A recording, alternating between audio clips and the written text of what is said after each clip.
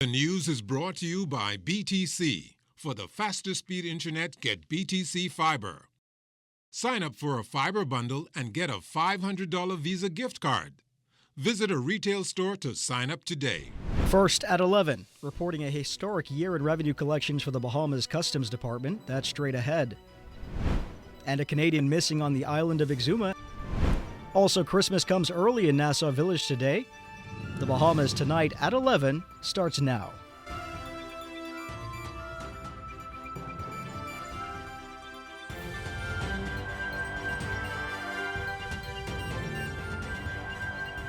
Good evening, everyone. I'm Royson Jones, and this is the Bahamas tonight at 11. Welcome to the broadcast. The Bahamas Customs Department is ending the year on a high note. The agency reporting a historic year in revenue collections, with 2024 becoming its highest grossing year to date, shattering last year's record-breaking performance. Our record would have reflected that for any one single month, we would have collected $116 million. And that happened last year in the fourth quarter, and that is the calendar year.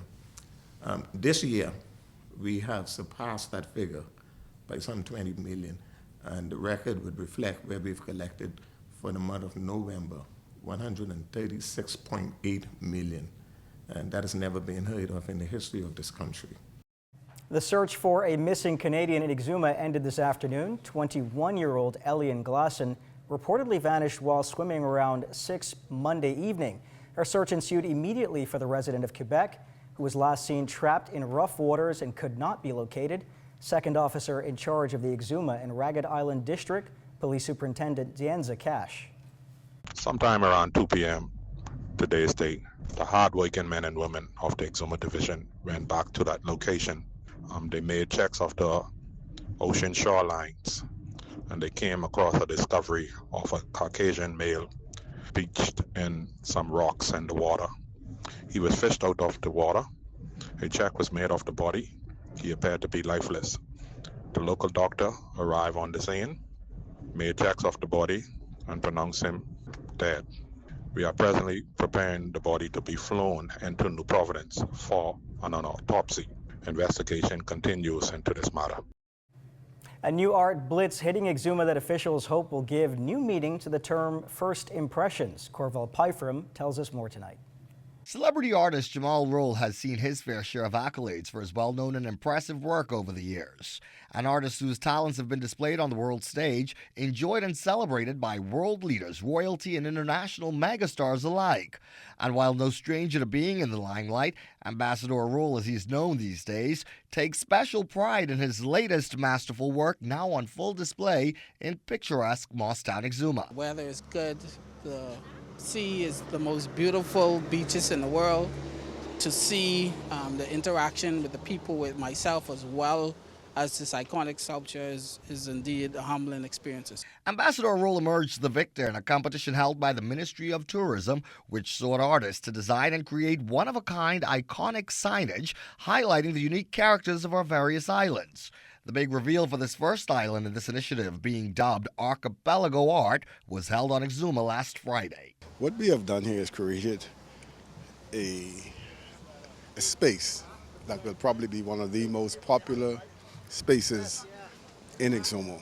Those who live here agree that the brightly colored supersized signage is a must-see. I'm excited to see the traction that it'll bring. I know it's a really lovely sign. The artist did a wonderful job. I'm sure this will be a very picturesque location for many tourists and visitors who come in.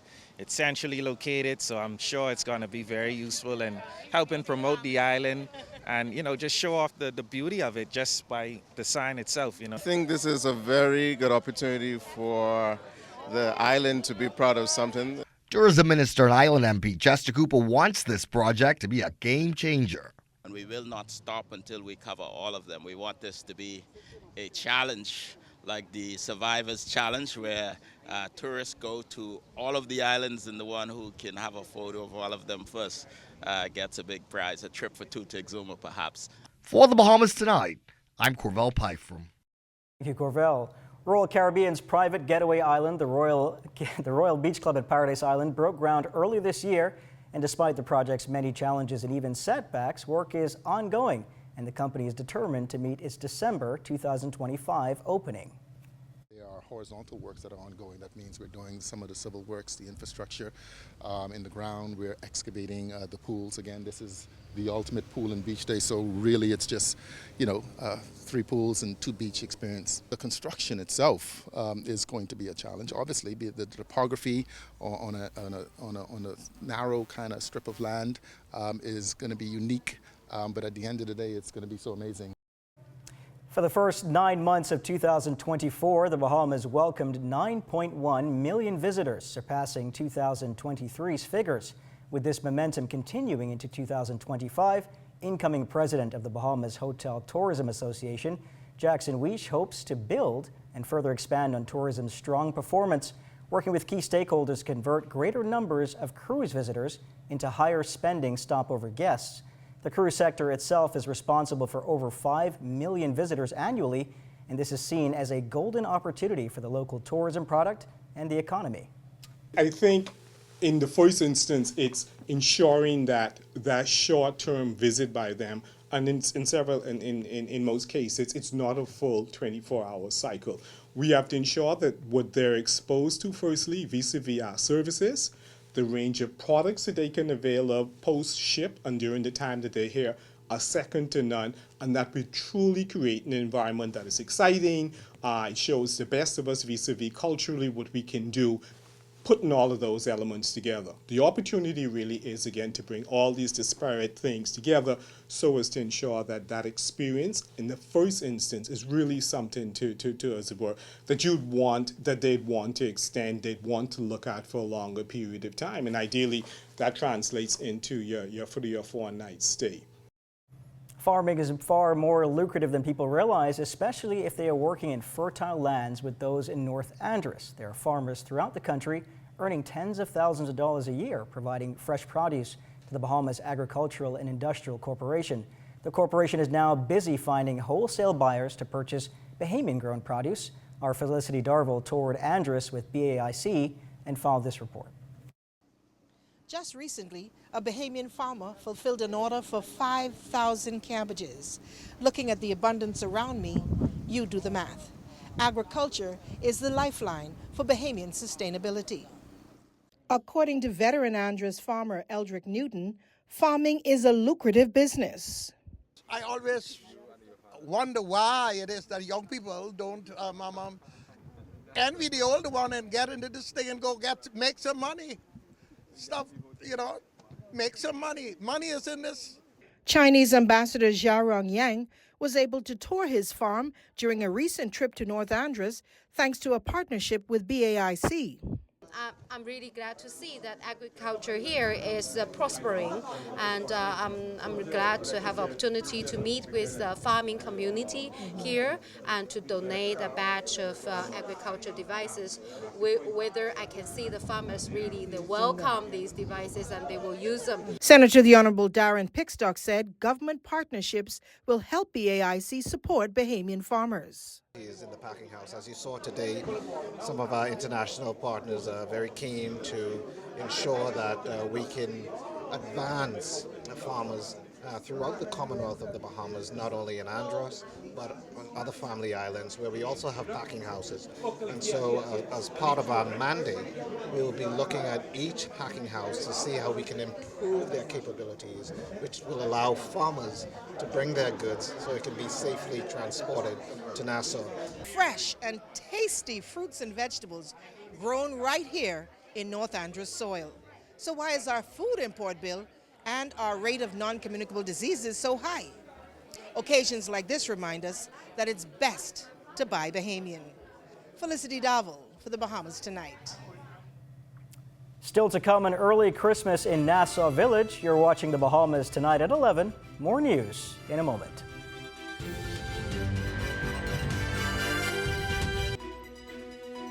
This portion of the news is brought to you by Bahamas Striping Group of Companies.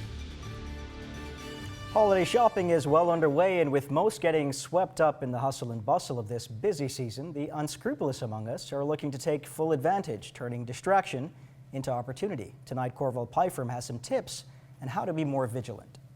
As shoppers go about carrying on with this annual ritual of last-minute Christmas shopping, they quite often make themselves easy targets for thieves looking to cash in during this festive season. A lot of people think that it won't happen to me. People take for granted that people are watching them. People take for granted that we live in a society still where everybody is presumed safe. Assistant Superintendent of Police Freddie Lightbourne is a 20-year law enforcement veteran, and he says you'd be amazed at how easy people overlook basic safety precautions.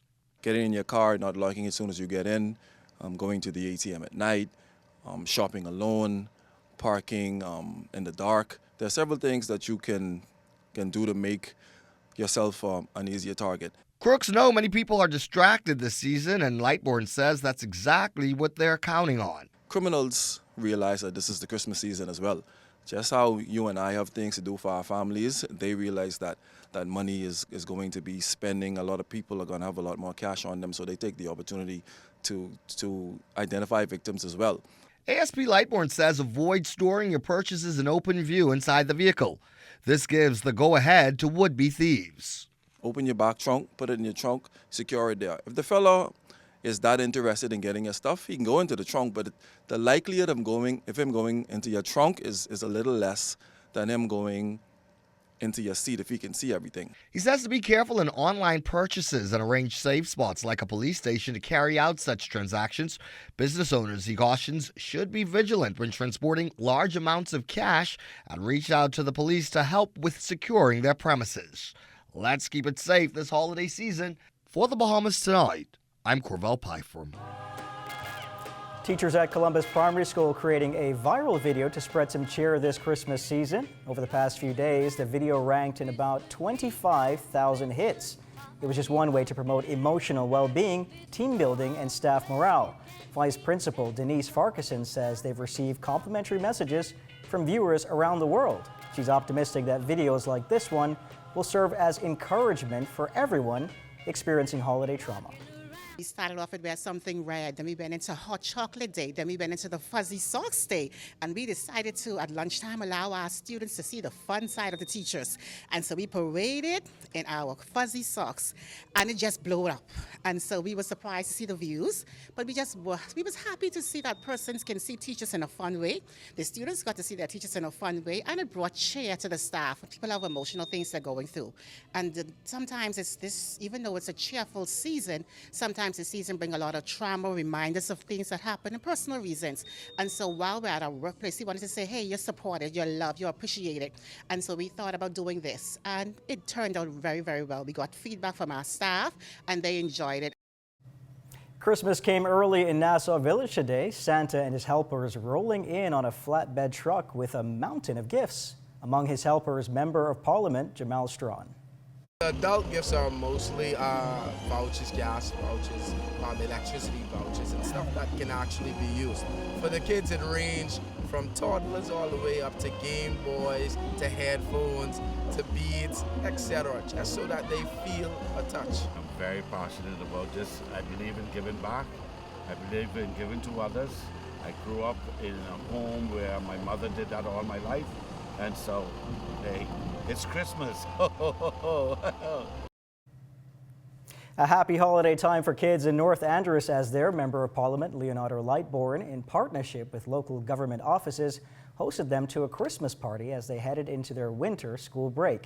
Felicity Darville has more tonight. School students from throughout North Andros enjoyed a Christmas giveaway at the local government complex where a special visitor passed through.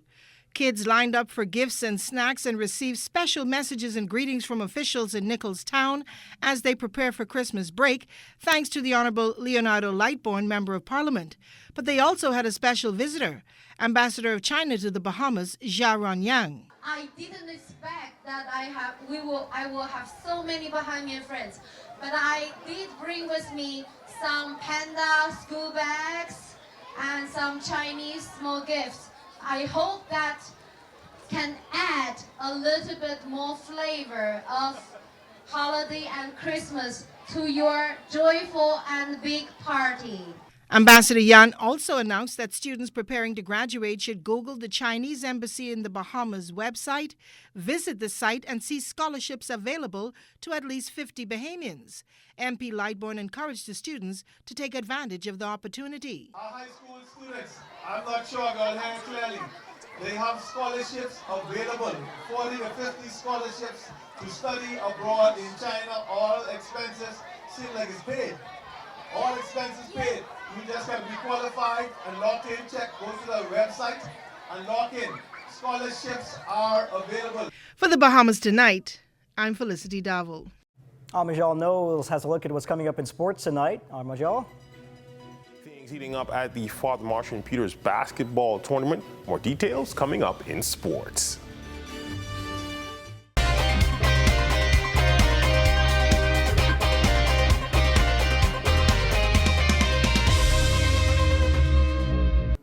Welcome to your Tuesday Sports Check, everyone. I'm Amajal Knowles, topping sports. The Father Marshall Peters basketball tournament gearing up for its championships, which will tip off on Wednesday. But action well underway. This team's still trying to lock up their spot in the championship games.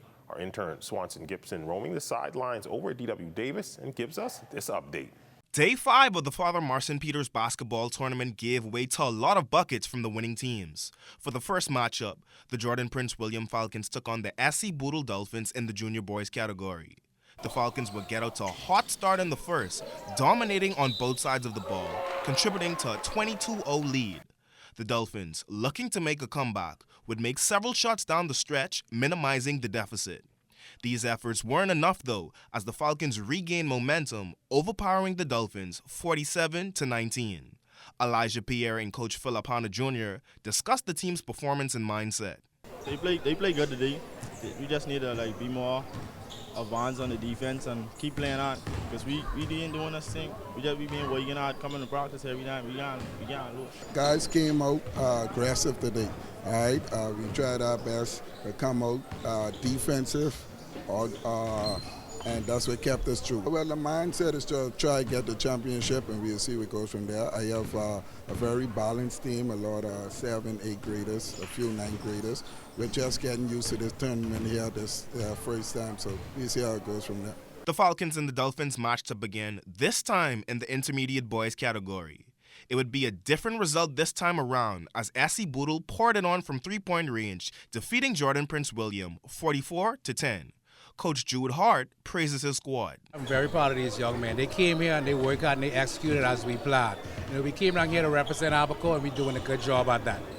How important is it for your guys to be able to come down and compete in this tournament, and also what's your future mindset for the upcoming games? Oh, it's very important for these guys. A lot of them, they are new to the game, and we are at the developmental stage with these kids and executing. So we look forward to great things coming back here, maybe at CI Gibson tournament, and then with the seniors down in with Hugh Campbell. The championship games for the various divisions expected to take place tomorrow. For Saturdays Total Sports, I'm Swanson Gibson Jr. Thanks, Swanson. Still on hoops from the collegiate ranks, you'll have Matthew McCoon and forward Raymond Collins looking to help the Ole Miss Lady Rebs get back to their winning ways. Lady Rebels would defeat the University of South Alabama decisively 94-39 to remain undefeated at home. The 94 points tie for the third most in the Matthew McCoon era. And the Rebels' 55-point victory over the Jaguars is tied for the 10th widest in program history. For the Bayman forward Collins, she would have another solid outing, recording her second consecutive double-figure scoring game. She would post 10 points in 14 minutes of game action, with 3 steals and 1 rebound to go along with them. Next up for Ole Miss, a showdown on Saturday with Mississippi Valley State. In swimming news from over the weekend, several national records being erased in the pool, courtesy of Lamar Taylor and Emmanuel Gatson, both competing at the FINA 2024 Short Course World Swim Championships in Budapest, Hungary.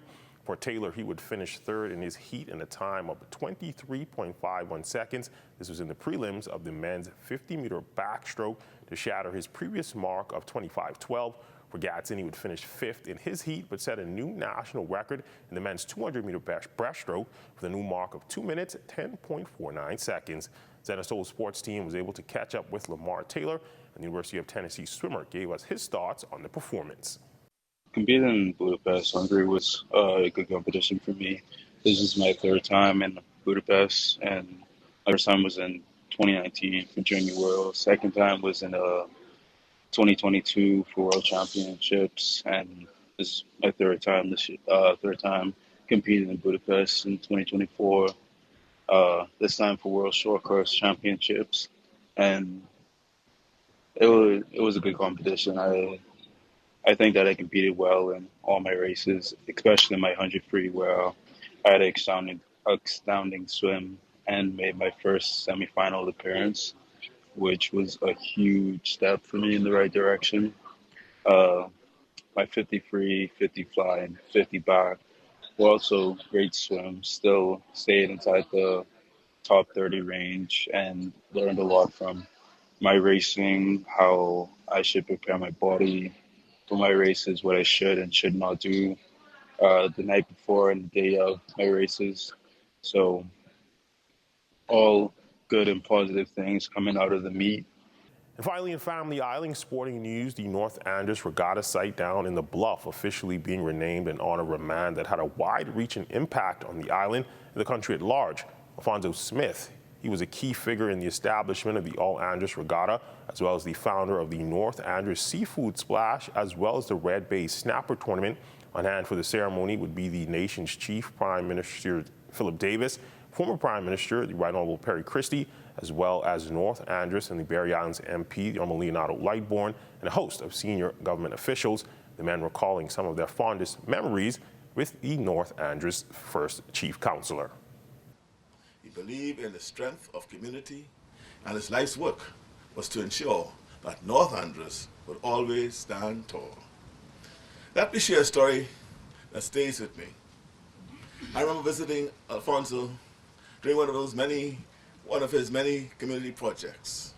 There he was, surrounded by young men and women, not just giving instructions as he always do, but working alongside them, teaching, encouraging, and laughing. He was huge and smooth, well-educated, a silent gentleman. At the time, it was not difficult to recognize who his son was, because of the instructions that he gave him. He echoed, "Jimmy, you got to do this and you got to do that." He was persistent in his ability to coach and wanted the best for his son and the entire Andros team. And that's when we look at your sports on this Tuesday. A check on weather when we return.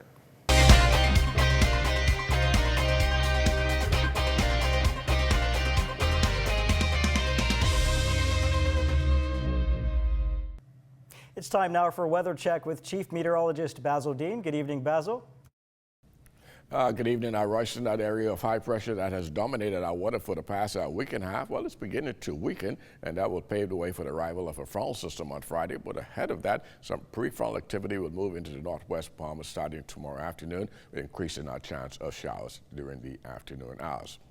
And your temperatures around the islands, Marsh Harbor at 75 degrees, 77 in Greentoe Key. Also Freeport, Grand Bahamas 77. In the Berry Islands, they have a temperature of 78 degrees. Alice Sound, Bimini 78. Harbor Island 78 as well, 77 in Rock Sound, Eleuthera. Fresh Creek Central, Andros. Kemp Space on Andros reporting 78. Black Point, Exuma at 76, 78 degrees in Otter Sound, Cat Island, San Salvador, Rumkey, and also in Georgetown, Exuma. Taking you a little further south into the Ragged Island area, 1 degree up at 79 degrees. Clarence Sound, Long Island, Crooked Island 79, Betsy Bay, Maguana 78. Acklands at 77, Matthew Tiny Nagua 74, and the Turks and Caicos Islands at 80 degrees. And your forecast for tonight, we're looking at an evening shower or two in spots. They'll be widely scattered. Otherwise, it's going to be partly cloudy, windy, and a bit on the warm side with a low temperature of 73 degrees. And then tomorrow, rather cloudy and breezy again with a couple of showers. High temperature getting up to 81 degrees. Extended weather forecast. We'll have those showers working its way into our forecast on Wednesday, right into Thursday. This is when one frontal system will come through, and then Friday morning, a second front, rather dry, will push through, and that will reinforce the cool temperatures that we will get as we head into the weekend. We'll see those temperatures work their way into the 60s during the nighttime, and we'll get you once again into the 70s during the daytime. Royston. Thank you, Basil. Well, that does it for the Bahamas tonight at 11. Thank you for continuing to make ZNS your first choice for news and information.